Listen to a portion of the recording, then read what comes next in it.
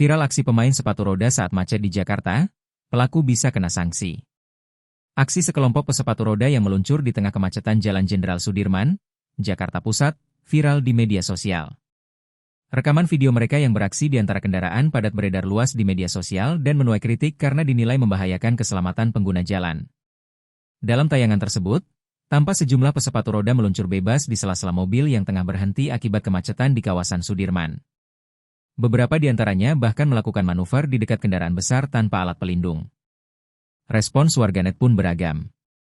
Sebagian menganggap aksi tersebut atraktif, namun banyak pula yang mengecam karena dianggap tidak bertanggung jawab dan berisiko tinggi.